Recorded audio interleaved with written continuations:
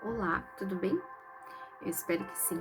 Vamos para mais uma aula de história hoje. A gente vai falar um pouquinho sobre a história da igreja, sobre o que ocorreu lá na Idade Medieval, né? Um povo que era bem difícil de lidar e que naquela época, né, teve também, um pouquinho antes da Reforma Protestante, nós tivemos aí a Inquisição, né?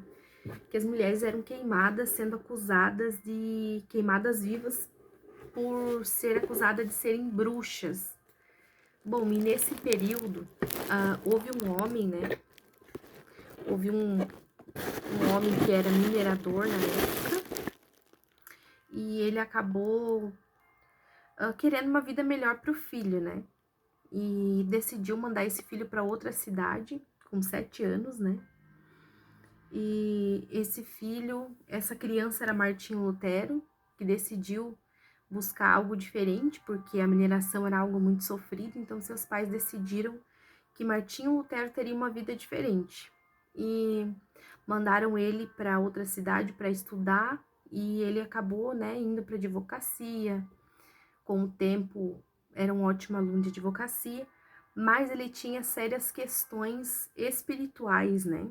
Que ele tinha muito medo, ele conhecia um Deus muito mau, né? Conhecia um Deus que castigava, um Deus que maltratava as pessoas, e essas questões sempre tiveram caminhando com Martinho Lutero.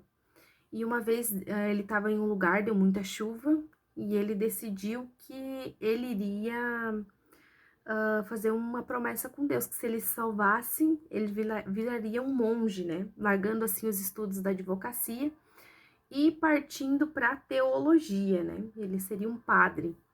E Martinho Lutero se decepcionou bastante, né? Porque talvez ele tinha uma visão de santidade das pessoas que estavam lá, mas a gente sabe que nem tudo é flores. E acabou que Martinho se decepcionou muito, mas não desistiu daquilo que ele tinha prometido para o Senhor, para Deus, né? Historiadores contam também que, devido a esses problemas que Martinho Lutero tinha na relação dele com Deus, por achar que Deus era carrasco, que iria castigar ele, que faria muitas coisas, ele se flagelava muito, né? Então, Martinho foi pego muitas vezes muito machucado, porque ele acreditava que a autoflagelação, ela trazia o perdão dos pecados, né? Bom, e no meio disso tudo, a igreja dominava, né, aquele povo, porque era um povo humilde, não tinha muito estudo, muito conhecimento da palavra de Deus, até porque as Bíblias nem eram traduzidas da forma em que eles compreendessem. E devido a essa falta de estudos, o povo acreditava naquilo que a Igreja Católica colocava para eles, né? Então, a Igreja Católica naquela época colocou muitas regras que não estavam na Bíblia, que eram as regras deles, para que o povo fosse dominado, né? Uma dessas regras era que Deus não poderia, né, falar com as pessoas devido ao pecado, mas que sempre houve um mediador, né? Que o padre, no caso, seria o mediador entre Deus e o homem. E que o padre também, ele seria muito maior do que a palavra de Deus, do que a Bíblia. Então, tudo que os padres ali, os papas decidiam, eram colocado para eles como regra. E assim foi por muito tempo, até que Martinho, com o passar do tempo, começou a ter mais conhecimento, a saber mais da verdade, a saber aquilo que era certo ou errado, e decidiu que ele, né, teria que estudar e se dedicar àquilo independente das situações que estavam ocorrendo ali no meio. Uma curiosidade que eu particularmente tenho e acredito que vocês também é que se a gente fosse aquele povo, será que a gente não faria a mesma coisa? Obedeceria? Porque foi lutado tanto, tantas pessoas morreram para seguir a Jesus, tantas pessoas, né? Uh, Martinho, né, correu risco de morte também, como a gente vai ver ali na frente. E hoje a gente vê que a gente não tem essa paixão pela palavra de Deus. Muitas pessoas a gente vê que o mundo, ele se esfriou em relação à palavra de Deus. Muitos ouvem revelações de pessoas, muitos ouvem regras que não tá na Bíblia e vivem algo que não lê, que não busca, né? E a Bíblia hoje ela é livre, todos nós temos acesso à Bíblia.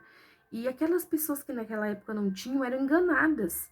Então, muito de nós hoje somos enganados devido a essa situação de não ter conhecimento da Bíblia. Martinho decidiu estudar, decidiu descobrir algo novo para a vida dele e fez aí, né, um desafio à Igreja Católica. Ele colocou ali nessa escola, né, nessa faculdade, vou você dizer hoje que era uma faculdade, né, ele foi professor nessa faculdade, as 95 teses, né, ali da Reforma Protestante. Ele leu ali em Romanos, né, que a salvação era mediante somente a fé e não através das obras. E isso fez com que ele refletisse e criasse ali que o pessoal não precisava fazer nada, que as pessoas não precisavam se matar de tanto trabalhar e dar indulgências e fazer isso e fazer aquilo. Ele não era contra as indulgências, mas a proporção que isso tomou o obrigou a falar mais sobre o assunto. E devido a essas teses que foi colocado na porta ali da igreja, né, e da escola, e foi uma repercussão muito grande para todos, né, porque imagina você acreditar em algo que dali a pouco não vai ter mais valor nenhum. Aquilo que tu fez, aquilo que tu se dedicou, foi embora. Aquilo que você... Quantas pessoas não venderam tudo que tinham? Quantas pessoas não... para tirar sua família do purgatório? E coisas do tipo, quantas pessoas não se sacrificaram de uma forma exagerada, perdendo tudo que tinham, seus dinheiros, suas propriedades, né? E foi isso que aconteceu. Então Martinho desafiou ali o Papa, né? Os padres, para que eles viessem explicar o porquê que estava... Por que ali estava escrito uma coisa na Bíblia e eles estavam fazendo outras, né? Abusando da autoridade, abusando das pessoas. Infelizmente, a gente vive isso hoje, né? Muitas pessoas usam a Bíblia para se defender, usam a palavra de Deus para dizer que as suas atitudes erradas estão certas. E ai daquele que for contra. A pessoa puxa a palavra de Deus e usa isso a seu favor. Quantas pessoas não fazem isso hoje no meio do povo de Deus? Em cima de altares, pregando aquilo que não existe, aquilo que veio da cabeça delas. E as pessoas não lê. Olha a importância da gente entender a palavra de Deus, da gente ler a palavra de Deus, para que a gente não venha cair da forma que essas pessoas estavam. Só que essas pessoas tinham um motivo real para que isso tivesse acontecendo na vida delas, para que o engano tivesse tomado conta delas, que elas pudessem ser enganadas. Elas não tinham culpa, elas tinham que acreditar naquilo que elas viviam, aquilo que o padre falava, né? Martinho Lutero, ele se levantou e resolveu estudar, resolveu fazer algo diferente. E por isso ele descobriu a verdade. A verdade ela é descoberta através da palavra de Deus. E foi isso que ele fez. Ele começou a estudar e começou a aprender mais a palavra de Deus. E a gente vê que hoje o povo tem uma separação entre a palavra de Deus e o povo. Só que naquela época as pessoas tinham um respaldo, porque a Bíblia não era traduzida na língua delas. As pessoas não tinham acesso à palavra de Deus. Então, tudo aquilo que era proposto para elas era aquilo e pronto. Elas não poderiam fazer nada. Não teria como eles ficar, né? Dizer, não, isso é errado. Muitos, com certeza, não aceitavam ter que dar ali indulgências e tirar de si. Mas acabavam não sendo contra, porque eles não sabiam, né? E hoje a gente vive isso, mas a gente vive isso com Bíblias dentro da nossa casa, né? Com situações que podem ocorrer com a gente. Uma pessoa vir falar uma coisa, né, que tá contra a palavra de Deus, e se a gente não for um leitor da palavra, se a gente não estudar a palavra, se a gente não saber o que tá escrito, isso acaba acontecendo com a gente hoje, né? Mas voltando ali para a reforma, Martinho foi perseguido, Martinho foi, né, humilhado, com certeza, de todas as formas, pelo pessoal da Igreja Católica, ficaram contra ele, assim como ficaram contra Jesus, né? Falando a verdade e sendo acusado de que era mentira. Então Martinho decide fazer um debate com padres, com os religiosos da época, e disse: olha, eu não acredito mais nos padres e nos papas. Agora, a única lei a ser obedecida, a única lei a ser colocada será a palavra de Deus. Nossa, e aquilo foi para eles algo muito devastador, porque você imagina você em tudo que você acreditar hoje, amanhã você saber que aquilo era mentira. Alguém se levantar e dizer que é mentira. E as pessoas que pregaram aquilo para você não tem nem como se defender. Olha que loucura. Eu fico pensando naquele povo naquela época. Como que foi? Qual foi a reação deles? Porque eles queriam saber de uma verdade. Eles queriam uma explicação do que eles ouviram até ali. Bom, e o padre ficou muito chateado, né? A igreja, os religiosos da época ficaram muito chateados e decidiram propôs para Lutero que ele se retratasse, né? Deram uma chance para ele que ele se retratasse e Lutero decidiu não se retratar. Lutero disse para eles que ele até se retrataria caso aquela equipe ali se mostrasse para ele e provasse que a Bíblia estava errada. Então, sim, ele iria lá e se retrataria. Bom, o padre mandou uma carta dizendo que excomungaria ele da igreja e ele não se importou, né? Correu risco de vida sim, porque naquela época as pessoas eram mortas, todas aquelas que se levantavam contra a igreja eram mortos. E acabou que Lutero decidiu não se defender. Lutero simplesmente fugiu. E olha que extraordinário, nesse tempo que Lutero fugiu, ele decidiu reescrever a Bíblia. A Bíblia, se não me engano, era 2 línguas, né? É como a gente aqui hoje no nosso país, né? No nosso mundo, acho que a língua mais falada é inglês, né? Naquela época era grego. Então Lutero decidiu traduzir a Bíblia para provar aquilo que ele estava falando. E assim nascem as outras religiões.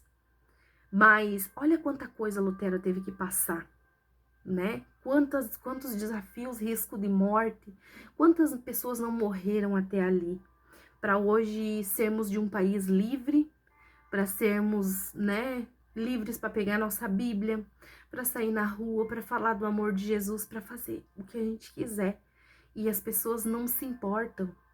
As pessoas, o amor delas se esfriou realmente, como a palavra de Deus diz, porque ninguém se importa. Ninguém se importa com a palavra de Deus da forma que elas se importavam. A gente vê ali nos heróis da fé que as pessoas morriam por falar de Jesus. Não precisava nem falar. Se a pessoa respirasse e o outro desconfiasse que era de Jesus, fosse denunciada, a pessoa era morta. Então, existem algo a mais, existem coisas a mais que a gente vê que tá frio hoje.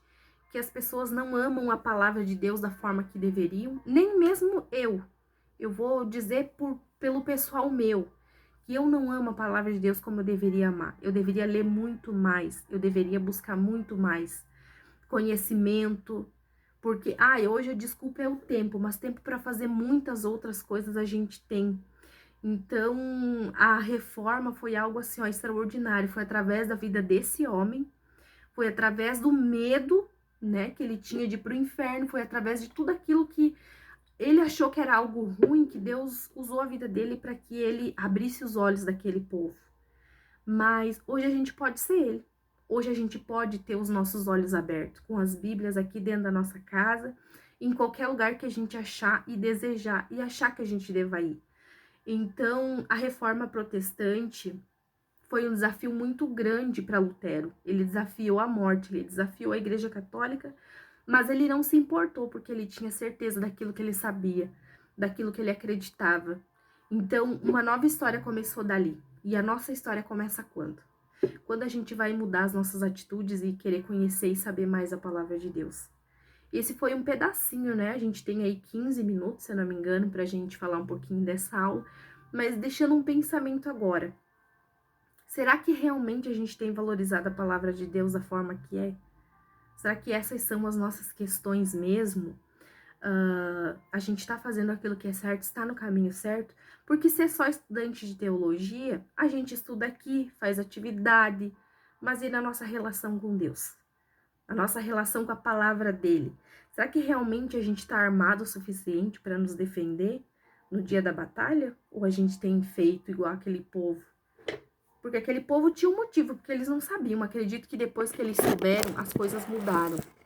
Mas e nós? Será que temos nos dedicado o suficiente com a palavra de Deus? Que venham surgir muitos Martins aí no nosso meio, homens e mulheres de Deus dispostos a buscar mais, a estar perto do Senhor. Que os céus venham se abrir na vida de cada um. Deus abençoe.